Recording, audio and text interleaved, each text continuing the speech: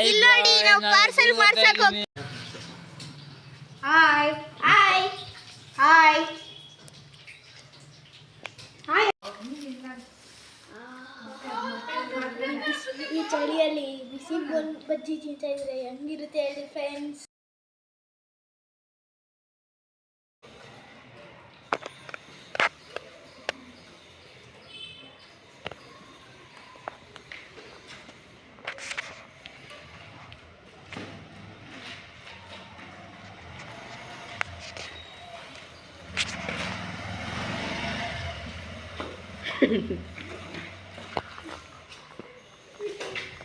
ಬಜ್ಜಿ ಪುಟ ತಿಂದಿದ್ದಾಯ್ತು. ಸೊ ಇವಾಗ ನಾವು